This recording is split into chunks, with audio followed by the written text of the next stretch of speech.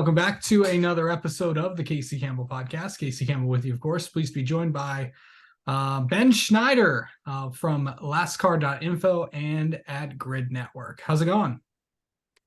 It's going all right. Good to talk to you again, Casey.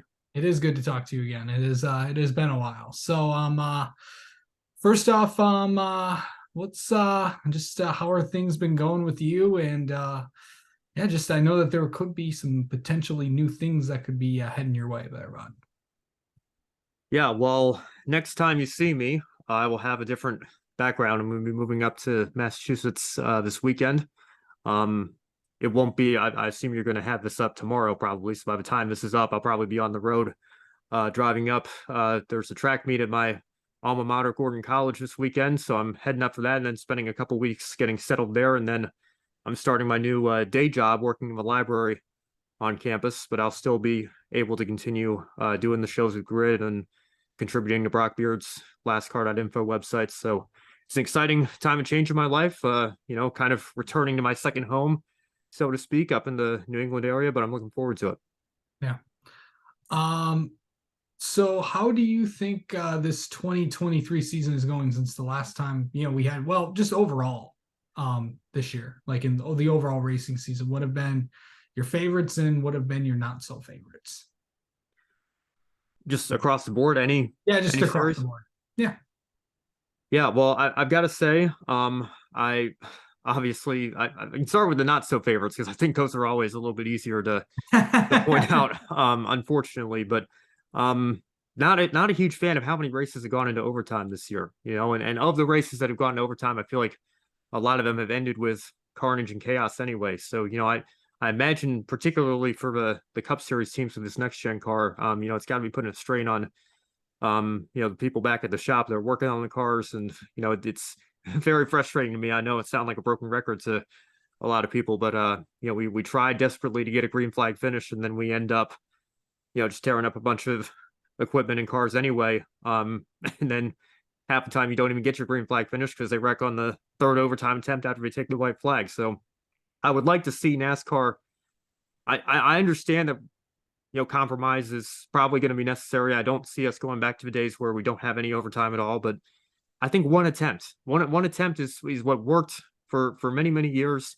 I think it'll save the teams money because we won't be re-racking them and tearing equipment up all the time on second and third or maybe even fourth attempts going forward. And I'd also like to see us go back to single file restarts. I think there's a reason why there used to be that rule within 10 laps to go, but the lap cars wouldn't line up on the inside. We'd have a single file restart. And I think, I think that goes a long way too, especially at a track like Circuit of the Americas. It's going to make it a lot harder. And even if you space the cars out a little bit, I think Denny Hamlin was mentioning that on his podcast as well. That's how you help the drivers help themselves. And I think, I'd like to see NASCAR consider that going forward, particularly as we get into late race restarts, because I think that'll go a long way. Yeah. Let's see. And then you asked favorite things that you've liked. Yeah, we did. Yeah, I did ask that. I got to tell you, I am loving the renaissance of Fernando Alonso's career at Aston Martin. I think it's been a long time coming for him. And I couldn't be happier to be proven wrong, because I was thinking to myself, like, why would you subject yourself to that at this point in your career when you could be here in America in the IndyCar series fighting for the Triple Crown? Only one other man has ever achieved that. I felt like that was the best thing for Fernando at this point in his career. But he saw an opportunity with Aston Martin. He took that risk, and it is paying off for him. I think they are the second fastest car right now behind Red Bull in many respects. And I think, it wouldn't be out of the question for him to break the record that Kimi Räikkönen set a few years ago, the U.S. Grand Prix, for longest period of time between race wins. I think, if Red Bull have a race where they have a double retirement or mechanical gremlins or whatever come back to bite them, I think Aston Martin's going to be right there. And specifically Fernando Alonso, because I as much as Lance Stroll, I think, has taken a step forward and improved, I'm still going to take the double world champion over a young Canadian. So I'm loving seeing Fernando Alonso on podiums again and being competitive again. It's great to see. Yeah. Let me ask you, well, since F1 is back this week, what's your take on this new sprint format? Can't stand it, to be honest with you. I think it's a NASCAR move, to be honest. I mean, these kinds of gimmicks are why I've continued to be frustrated with the direction that NASCAR's gone over the years. I feel like F1 is making the same mistakes in many respects. You're putting an emphasis on the show, the entertainment. And I understand that this is an entertainment business in many respects, but It's true. you're overemphasizing that to the detriment of the sport. And I think the casual fans who are there for the excitement, they might, enjoy it here and there, but I don't know. I'm not a huge fan of it. I am glad though. Because see, we're talking compromise again here. I'm glad that we're having a separate qualifying session for the sprint race and for the race itself, because I think it was very unfair after Kevin Magnussen got his pole position. I'm glad he at least got the pole position in the record books, because if that had happened in 2021, that wouldn't have been the case either. So we've gradually taken the right steps, in my opinion, with these sprints over the last few years. But again, I just think it creates an opportunity for more chaos, more torn up race cars. God forbid, more injuries. You just never know if you hit the car the wrong way. And again, Kevin Magnussen, in my mind, should have been on the front row at the Brazilian or Sao Paulo, I suppose, Grand Prix last year. Yeah. But because the Haas is underpowered compared to the front runners, he ended up falling to 8th. He did at least pick up one championship point for his pole position through the sprint, but Yeah.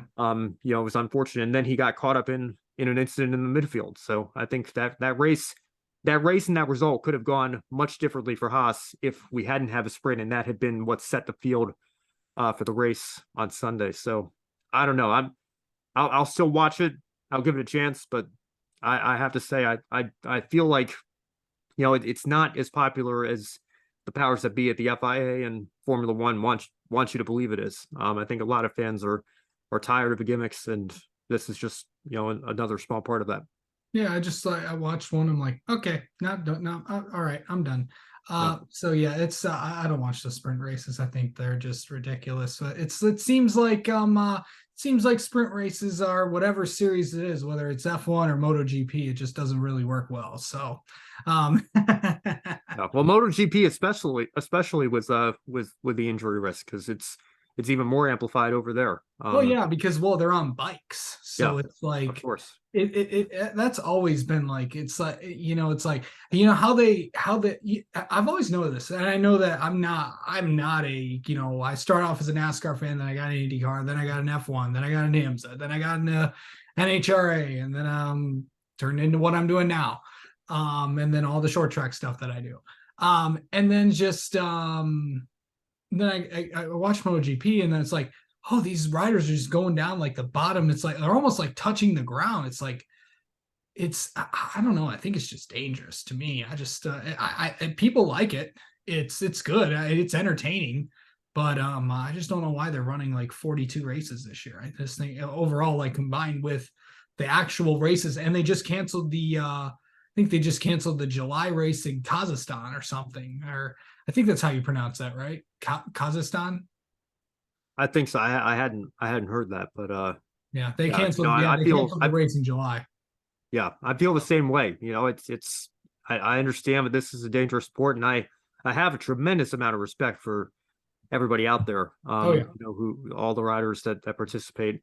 And I know that they do it because they love it so very much. But it's one of the reasons I've never been able to get into it as much as I have some other series. It's just I do feel a exponentially higher sense of risk and danger when I'm watching that as opposed to watching a Formula One race or a NASCAR race.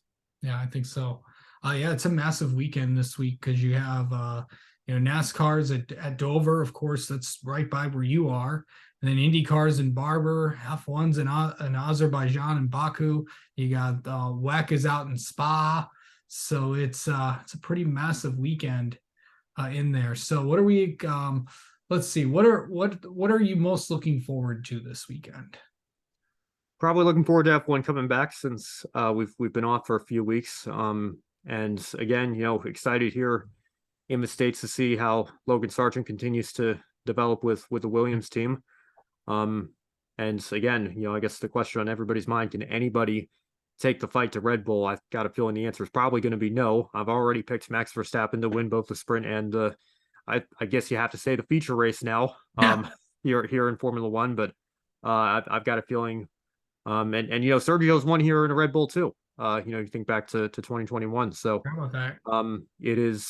I think it's shaping up to be another all Red Bull weekend. But again, I'd be happy to be proven wrong and have another team, whether it's Aston Martin, Mercedes, or even Ferrari, take the fight to them and make things interesting there. Although I don't know if it's going to be Ferrari, because I understand Charles Leclerc's new single is higher on the iTunes chart than Leclerc is in the World Championship point standings, which is kind of amusing, I guess. Maybe not so amusing if you're a Ferrari fan to be seeing that, but yeah, I'm expecting Red Bull dominance once again.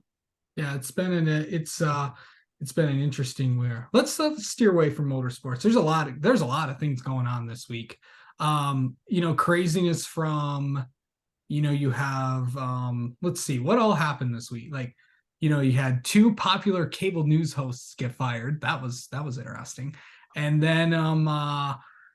then you got this other thing where and the it looks like, and you haven't really heard much from Twitter lately. I know that the blue check marks went away last week. I know they're kind of fixing it with, people are kind of subscribing. It's like, this account is affiliated with this account is affiliated with that.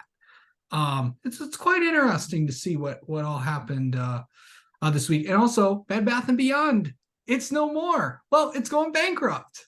Did you ever shop there? I shop there on rare occasion. I'm not much of an interior, decorator or anything like that. But You're behind a green wall, so yeah. Well, um, my family certainly shopped there. I just heard that news before we came on. So yeah, I don't know. It was a pretty big news week. I suppose so. Yeah. yeah, it's yeah, you know what? The thing is with that, and it's kind of like causing, like, you know me, we talk about all this other stuff. It's kind of like the one-stop shop is kind of like what you need to do. You need to have everything. You can't have just like one thing. Everyone's looking for all this other stuff. It's kind of like, that's where it's going. Yeah, and you get your 20% coupons in the mail, and yeah, I certainly it's not like I've never been. Like, I certainly remember going in there, but I haven't been in there in a very long time. Yeah, for sure. And I guess a lot of people have been experiencing that and haven't been in a very long time. I guess that's why they're going bankrupt. But For sure. yes. One more point on this, and then I promised I had a couple game show things for you. Okay. All right. So why not? You never know where I'm going to take this thing. Yeah. Well, can I just say, I know you brought up the whole verification deal real quick, because I know Elon Musk is a very polarizing figure. I certainly have mixed feelings on him myself. I know that there were people that were overjoyed that his rocket exploded, but I'm sure there were other people that were like, well, isn't it amazing that he got it that as far as he did? I mean, he's a very polarizing figure, as most billionaires or celebrities of that status are. I will say, I think the verification system certainly had some improvements to be made, and I'll say this much: I like the different colored checks. I don't know if that's a hot take or not, but organizations having the gold check, and their affiliates, like like you were saying, I think First Takes Twitter, for an example, next to their check mark, there's a marker that says like it's an affiliate of ESPN. Like, I think that's great. I think that helps point people to different accounts that they can follow, and the gold check lets you know that that's being run by a business or an organization. Right. The government officials, like President Biden, check, for example, the silver check is the same way. I think that's a nice little distinction that helps set those accounts apart and lets them know that, like, hey, this account belongs to a government official, or hey, this is a business or whatever. But the blue checks are where the issue is here, and I feel like the whole point of verification was to tell the regular folks like you and me, like, hey, this person that you're interacting with, this is the real, this is the real celebrity, the real, whoever it is. Now the verification is just a status symbol, so to speak. It's like you paid Twitter or Elon Musk or whatever $8 for the ability to post longer video, or to have your account boosted in the replies or appear at the top of the search results or whatever. I feel like that's the mistake, and I was okay with the original plan for Twitter Blue, which was we have our legacy verified accounts. We have and maybe this is where color coding could come into effect. Maybe the blue checks are the ones that are verified because they're notable. Maybe you Yeah, have a red check or also a some of green the check. blue and also some of the blue checks are like this a check is this account is verified because it's affiliated with this, and then they have like Yeah, if you noticed all 32 NFL teams are like this account is affiliated with the NFL, sure. Yeah. something like that, and you're starting to see like me. I mean, there was like when all the check marks went away, the NFL just literally went right to work. It's like okay, well, we're going to verify these all these accounts, and then there's like there's like MLB teams, NBA teams, NHL teams that still don't have. They're like, oh, they don't even have a check mark. Yeah. Well, I noticed a few days ago the NHL still didn't have theirs. I think they have the gold check now.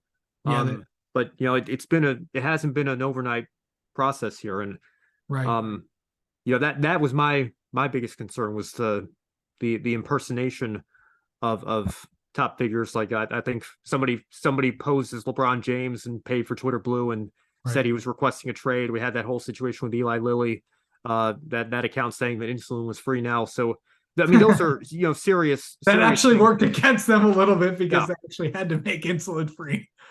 yeah. I mean, those are the things where it actually gets quite serious, and I think that those are Well, actually, precedents that if you maybe they remember, didn't the have. city of But Chicago actually had that issue like a few days ago. They were actually if the last week, if I remember this, Lakeshore Drive. They were actually there was an account saying that Mayor Lightfoot, the city of Chicago, and IDOT, yeah, which is the Illinois Department of Transportation, they basically all said that Lakeshore Drive is closed permanently to private vehicles. Well, apparently, so apparently somebody said, oh, they met in and got all the accounts in there, and it's like, and they were actually, and the spokesperson for the mayor actually had to come on and say, okay, this is not real. And then there was actually a person that actually impersonated him and said, oh, this is actually real. Don't believe any of this. So it created a lot of things, and I believe and actually New York City actually had to deal with this as well.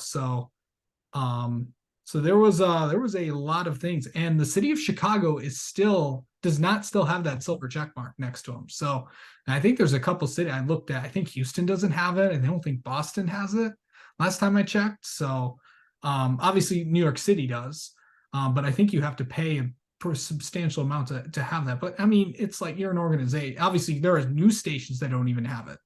But yeah, I mean, I don't think like cable news or something like that, or it's really interesting. But I think over time, I think you're going to start to see if you get impersonated or something like that, you're going to be making sure you get those accounts, and you have to. There's like in a process you have to go through or something. So I don't know. It's quite an interesting place, but you're not hearing like all the you're still hearing, oh, Twitter's going to be so different and all that stuff. Well, I don't know. It'll be interesting to see what happens to it, because apparently Twitter Inc.'s not even a company anymore. It's like part of X, or the Everything app, turning into like this WeChat thing that they have in China or something. So it'll be interesting. yeah, it will be. I think again, it's a very polarizing topic to discuss. I know people have very strong opinions, but Yeah. I don't know. I feel like personally my daily interaction hasn't changed that much, aside No. from certain accounts that I used to follow that have the verification. They no longer have that. So, now and you always should have been careful, because, people, what do we used to say? You got slurned, right? Adam Slurn Yeah, sent out a Adam tweet and Slurn said, went off. Yeah, and he doesn't that's even my have biggest one either. concern. Sorry, what was that? He doesn't even have one either. Yeah. That's my biggest concern, because somebody, in a group chat that I'm in, sent a tweet of his, when certain news broke. I forget what the story was. I think it was Alex Bowman having to sit out the next few races.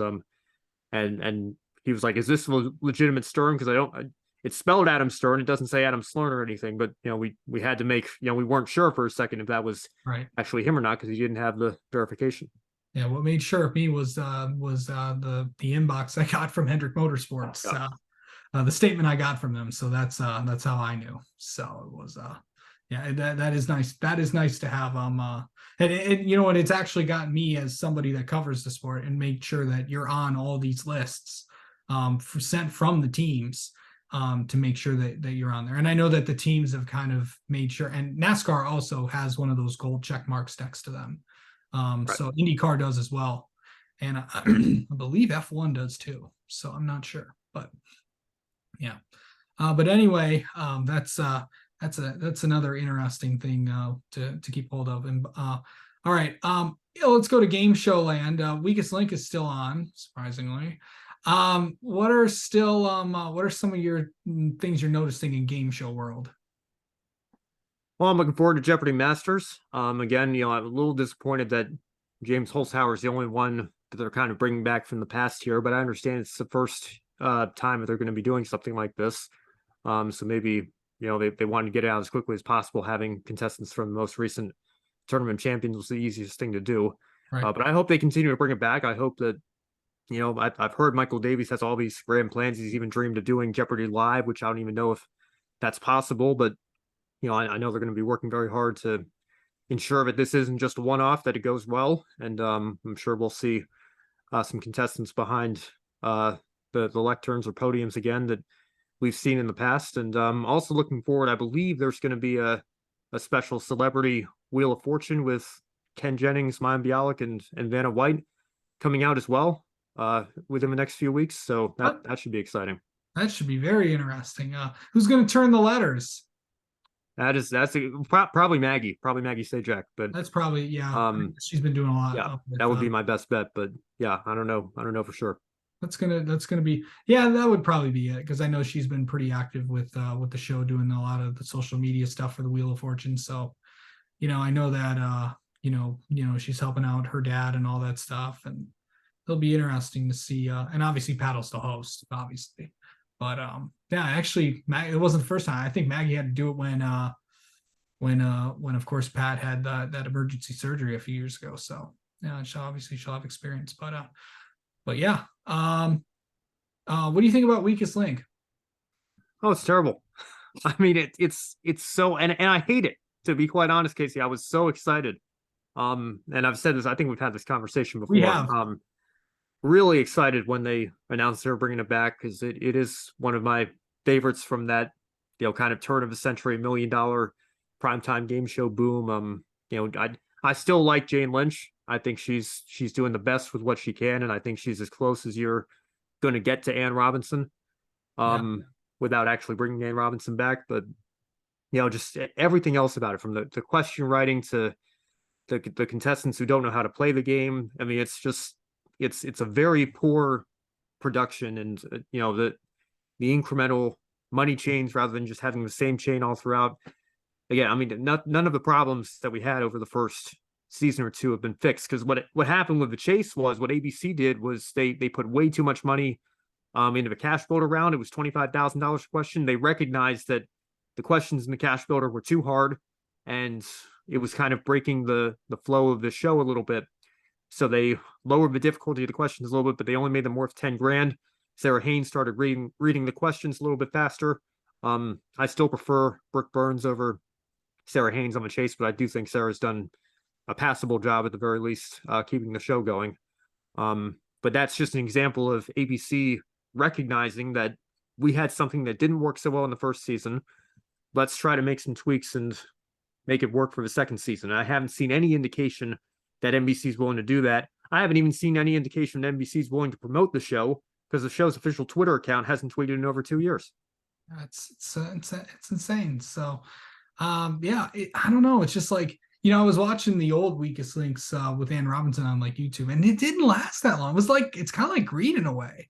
Well, they made it, the mistake that NBC made, it was the same mistake that ABC made with Millionaire, is they became too over reliant on it. They were doing all these celebrity specials. It was on almost every night, and I think it would have lasted a lot longer if they hadn't done that and the audience hadn't been burned out as quickly as they were. That I think was the Weakest Link's downfall. And I know they tried it in syndication as well, which I don't think George Gray was terrible. It certainly wasn't as good as the primetime version, but it was also certainly better than what we've got right now. Yeah, and George Gray, he's doing pretty well for himself right now. Yeah, of course, the announcer of The Price is Right, so that's the same guy. So it's he's having fun over there. But yeah, there's a lot of new stuff coming too. Did you find all the greeds yet?